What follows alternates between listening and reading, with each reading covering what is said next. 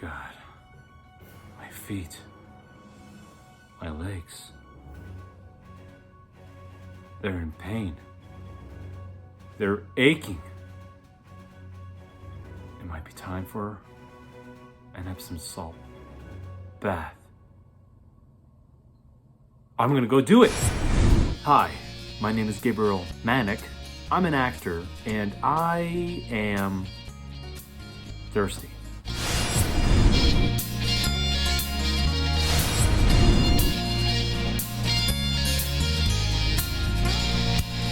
All right, well, it is another at-home beer review. These are kind of chill. I'm really enjoying these.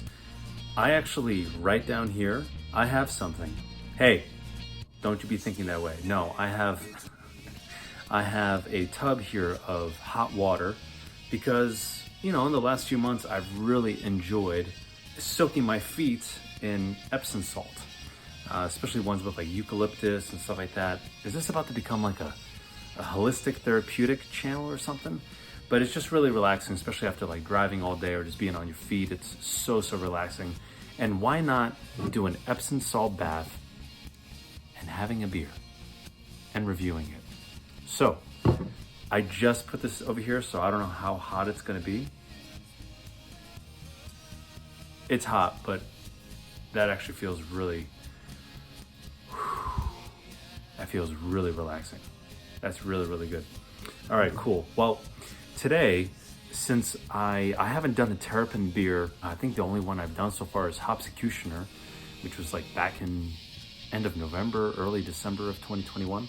So since I did the Scofflaw Basement last week, Brian the Beer Snob, he commented and mentioned that the Pog Basement is like, you know, he really likes that one even more. So I just, instead of doing another Scofflaw or the Pog Basement, I figured why not do the Luau Krunkles Pog IPA by Terrapin. So I think I've had this once, like 3 years ago. Like I know that this is it's a 6.5% IPA. So Pog, if you don't know, that means Passionfruit, Orange, and Guava. So it's an IPA, it's a creative IPA. They wrote like Pinkerton, like right over here, if you see it. Pinkerton. So I wonder / hope if it's a reference to, was it the second or third album by Weezer, which is a really good album. So where in the world is Krunkles? I don't know who Krunkles is. So let's do this one. Very nice. And you know, I'm going to hard pour this. Yeah, I'm gonna hard pour it. So let's see how this goes. Wow,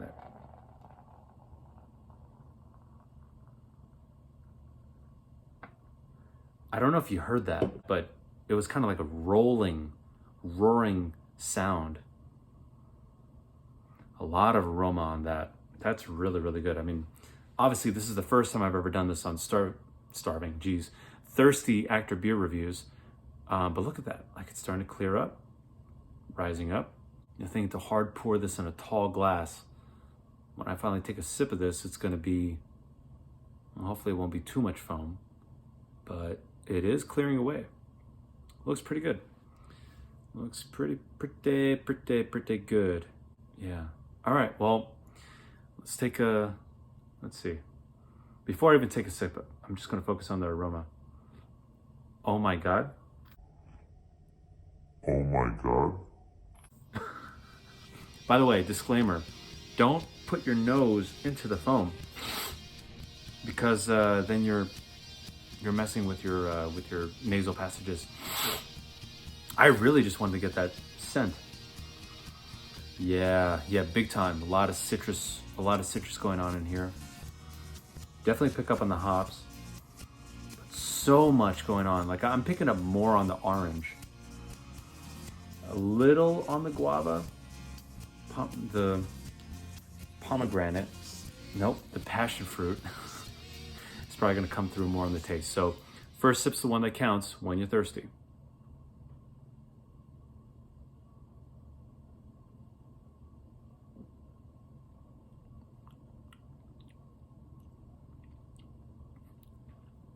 Huh. Okay. So the passion fruit is definitely coming through on the taste. You know, at least from my memory, the last time that I had this, it was a little too aggressive, the passion fruit. It made it a little too tropical, too tropical for an IPA. Like a good tropical IPA, I think, is like Tropicalia, obviously in the name. It's nice, it's subtle, it's not too crazy, it's just right. From what I remember with the Pog, is that again, just the passion fruit was just a little too aggressive. So see, look at that. With hard pouring it, you know, you can add a little bit more, and then you could. It's just such. It's almost like an art, almost like, you know, you watch it, you get mesmerized by it. But compared to now, the passion fruit is not that aggressive, which I'm liking. That's why I've always stayed away. That's why I haven't had this beer in years, because it was too much for me. Too much meaning like too much going on. It smells really good.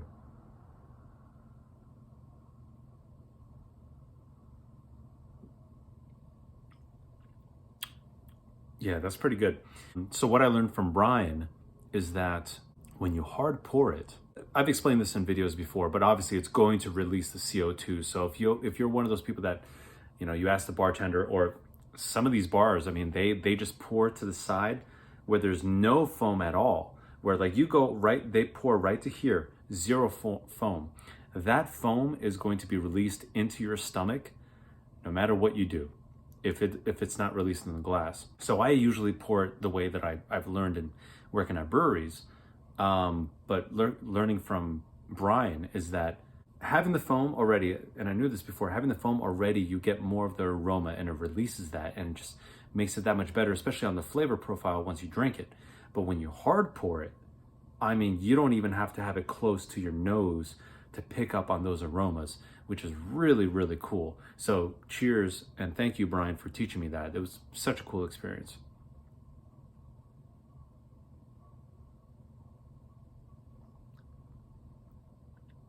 This is pretty solid. The fact that it's a 6.5, this wouldn't be my like go-to if, you know, I have a choice between this or Scofflaw Basement or the Tropicalia. I'd probably go for one of those.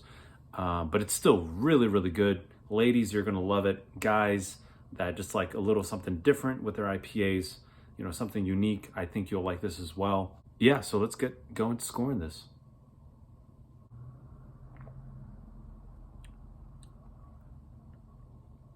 Yeah, it's good. It's good. I'm definitely gonna have to do that Pog Basement in the next few weeks, just to kind of compare it. For a POG, a fruity, a tropical IPA, I'm gonna go with 7.2. I'm gonna give it a 7.2. It's really good. It's really good. If you've never had it, it's really good. Terrapin really doesn't make bad beer. I mean, they make really solid beers.